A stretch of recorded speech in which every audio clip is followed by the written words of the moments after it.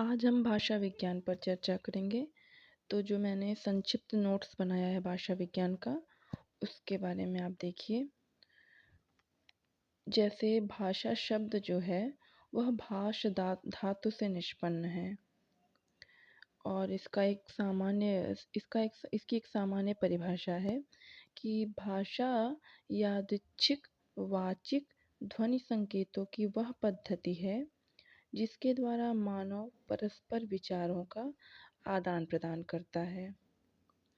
और विश्व की भाषाओं के दो प्रकार के वर्गीकरण हैं, जैसा कि आप सभी जानते हैं, आकृति मूलक एवं पारिवारिक मूलक वर्गीकरण।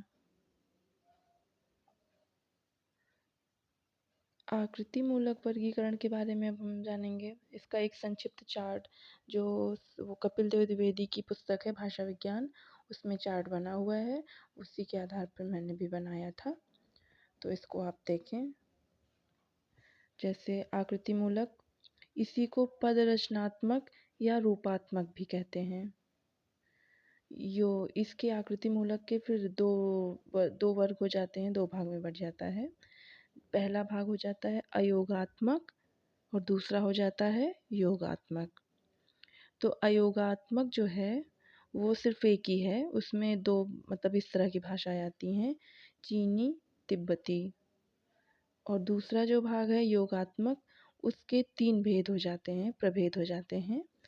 पहला है अश्लिष्ट, श्लिष्ट, प्रश्लिष्ट। तो पहला जो अश्लिष्ट है वो प्रत्यय प्रधान होता है, एवं दूसरा जो है श्लिष्ट, उसमें वह जो है वह विभक्ति प्रधान होता है, एवं तीसरा जो है वह समास प्रधान होता है। और इसमें से आप जैसे देख पा रहे होंगे कि लिखा है, तो जो प्रत्यय प्रधान वो होता है, एक इसको कहा जाता है मतलब कि ये तिल तंडुल न्याय है, मतलब जैसे चावल और तिल का संबंध होता है, उसमें आप दोनों को अलग अलग पहचान सकते हैं एकदम। और जो श्लिष्ट होता है वह नीरक क्षीर न्याय कहा जाता है, जैसे दूध और पानी, उसमें से अलग अलग नहीं पहचाना जा सकता। और जो प्रश्लिष्ट है वो होता है दधिघृत न्याय, मतलब ये तो एकदम एकदम उसी में मिला होता है, इसको तो पहचानना बहुत ही मुश्किल होता है, अलग अलग करना। इसके पश्चात जैसे जो फिर आएंगे अश्लिष्ट, यानी जो पहला भेद था अश्लिष्ट, उसके जो हैं चार भाग हो जाते हैं।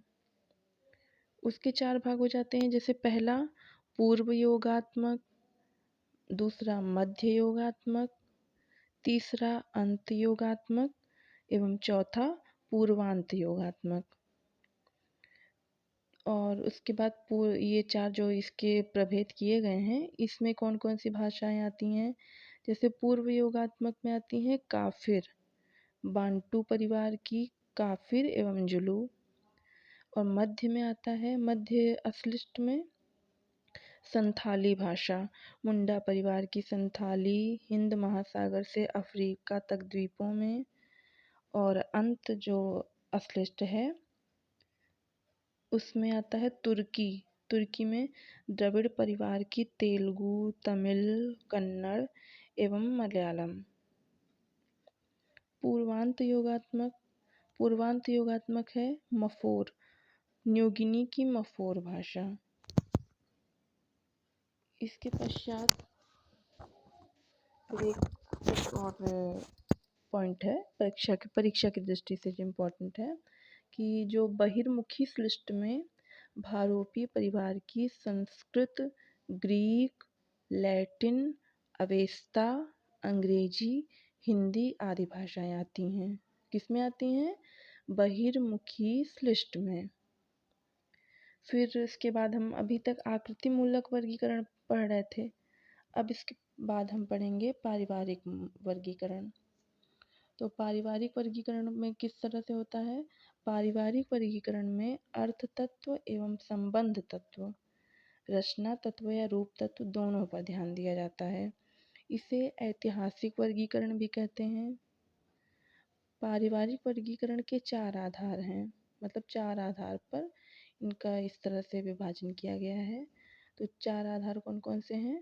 पहला स्थान सामीप्य, शब्द साम्य, व्याकरण साम्य, ध्वनि साम्य। इस वर्गीकरण के अनुसार 18 भेद माने गए हैं, जो कि 4 खंडों में विभाजित हैं। पहला खंड है जो 4 खंड में से पहला खंड है यूरेशिया खंड, और यूरेशिया खंड में 10 भाषा 10 परिवार आते हैं। अब यूरेशिया खंड में 10 कौन कौन से परिवार आते हैं, उसमें से ये देखिए आप, भारोपीय परिवार, द्राविड़ परिवार, बुरुशस्की परिवार, काकेशी परिवार, यूराल अल्ताई परिवार, चीनी परिवार, जापानी कोरियाई परिवार, अत्युत्तरी हाइपरबोरी परिवार, बास्क परिवार एवं सामी हामी परिवार।